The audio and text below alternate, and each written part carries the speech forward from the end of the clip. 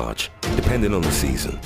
During the winter, its fur is white, enabling it to blend with the snowy surroundings. It then turns to rusty brown during the summer. Climate change has affected the hare's camouflage, as certain habitats are sometimes left without snow. Consequently, hares in some regions have adapted to staying brown during the winter. This means that there's an increased risk of them being hunted and killed, as they're no longer camouflaged. Many scientists believe that snowshoe hare populations are in danger of crashing. This will also affect other species which rely on the hare as part of their diet. Number 8. Cuttlefish. Cuttlefish are marine mollusks, part of the same animal class as squids and octopi. One of their most distinctive features is a unique internal shell called the cuttlebone. Cuttlefish have W-shaped pupils, 8 arms and 2 tentacles, which feature suckers with teeth-like structures. They're considered to be among the most intelligent invertebrates, of which they have the largest brain-to-body size ratio. They're often described as chameleons of the sea due to their ability of rapidly changing color to communicate or as camouflage. Cuttlefish have chromatophores, which are sacs containing numerous pigment granules. Beneath the chromatophores, they have iridophores and leucophores, structures that contain reflective crystals. Cuttlefish can quickly create complex patterns to disrupt the background or to blend in, despite the fact that they can't perceive color. They're also able to change the texture of their skin, which contains circular muscles that can be seen as bumps, spikes, or flat blades. Amazingly, cuttlefish can assess their surroundings and match the colors and shape, even in nearly total darkness. Before we move on, answer this question. Which of these natural dyes is derived from the ink sac of the common cuttlefish? Is it A. kermes, B. sepia, C. Tyrian purple, D. indigo? Let us know what you think in the comments section below, and stay tuned to find out the right answer. Number 7. Deadleaf mantis. Deadleaf mantis is the name attributed to various praying mantis species, usually in the Deroplatis genus, which bear a resemblance to dead leafy vegetation.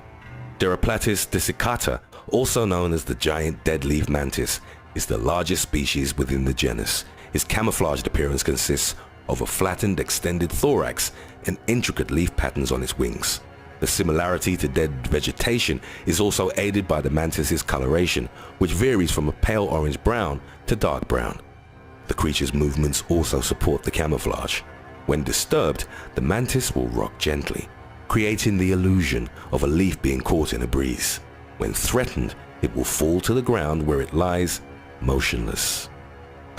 Number 6. Stonefish.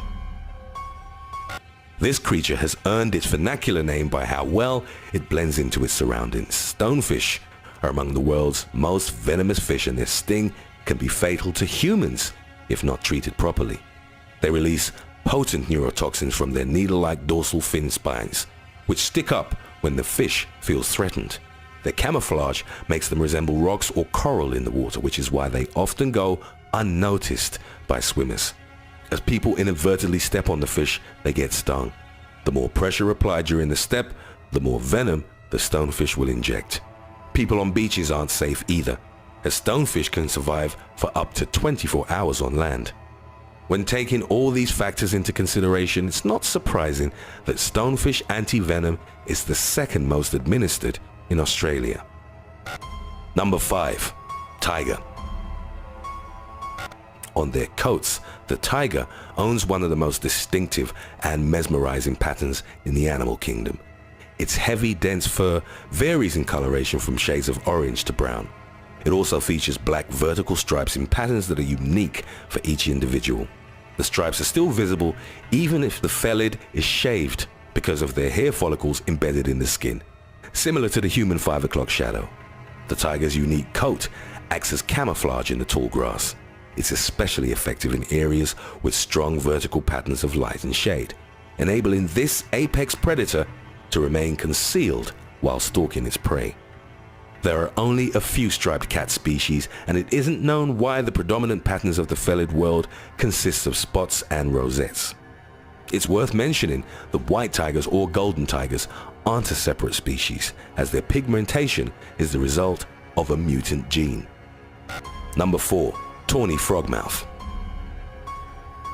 Tawny frogmouths are true masters of disguise among Australia's native birds. These creatures bear a strong resemblance to owls because of their big heads, stocky build, and nocturnal habits. However, when it comes to camouflage, tawny frogmouths are arguably superior. During the day, they become practically invisible by perching low on a tree, often on a broken branch. They create the illusion that they're part of the branch by thrusting their heads upwards at an acute angle. Their large, broad beaks aid in emphasizing the resemblance. Tawny frogmouths also have silver-gray plumage with white, black, and brown streaks and mottles, which ensures that it seamlessly becomes part of the tree. So, which natural dye comes from the cuttlefish? If you chose B, sepia, then you were right. While these days the reddish-brown color is created artificially, it used to be obtained from the ink sac of the common cuttlefish. It was often used by artists and writers in Greco-Roman civilization. The name of the color comes from sepia, the scientific name for a genus containing the best known and most common cuttlefish species. Number 3. Chameleon. No list of camouflage masters would be complete without the chameleon. It's probably the best known creature when it comes to blending into the surrounding environment. These lizards are distinguishable by their feet, prehensile tails, and by their highly modified and rapidly extensive tongues. Their eyes are independently moving but work in coordination when chameleons focus on prey. Most species are capable of changing their skin coloration and pattern through combinations of various colors. The skin has 2 layers which control color change and thermoregulation. Up until recent years, the belief was that the mechanism for color change relied strictly on pigment-containing organs within the chameleon's skin. However, pigment movement is only one aspect of the mechanism. The lizard also has an underlayer of cells containing specialized nanocrystals. The space between the crystals can be manipulated, thus affecting which wavelengths of light are reflected and which are absorbed. So if the chameleon is relaxed, the crystals will reflect green and blue. But if it becomes tense, the crystals will reflect longer wavelengths, such as red, orange, or yellow. Chameleons will use this ability as camouflage for communication or when reacting to weather conditions. Some desert-dwelling species will become darker during the morning to absorb heat more efficiently and lighter as the day progresses. Other species, such as Smith's dwarf chameleon, practice active camouflage. This means they'll change their color depending on the type of vision of the specific predator that's threatening them. Number 2. Stick insects. Members of the Phasmatodea are commonly referred to as stick insects, walking sticks, or bug sticks. They're found all over the world with the exception of Antarctica, and their populations are most abundant in the tropics and subtropics. The Phasmatodea order contains the world's longest insect, such as female Phobaticus can be over 22 inches long. Their most recognized form of defense is their remarkable camouflage, which is manifested as a form of plant mimicry. Some species have flat, leaf-like shapes, while others have long, cylindrical bodies, which look like twigs. The bodies of some species are further modified to resemble vegetation with ridges that are similar to leaf veins, as well as bark-like or lichen-like outgrowths.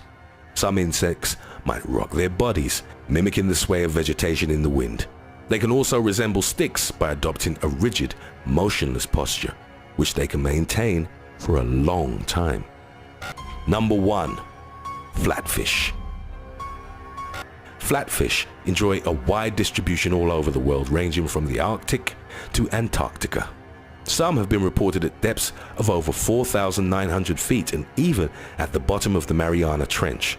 They range in size, and some species, such as the Atlantic halibut, can be over 8 foot long and weigh almost 700 pounds.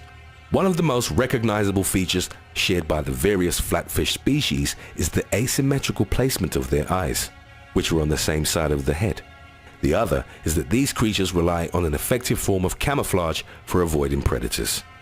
While the side of the body without eyes is often colorless or very pale, the other is pigmented. The coloration, combined with the fish's flattened shape, ensures that it seemingly becomes one with the seabed. Some species are even capable of changing their pigmentation to match that of their background. Thanks for watching. Which form of camouflage from our list do you think is most effective? Let us know in the comments section below.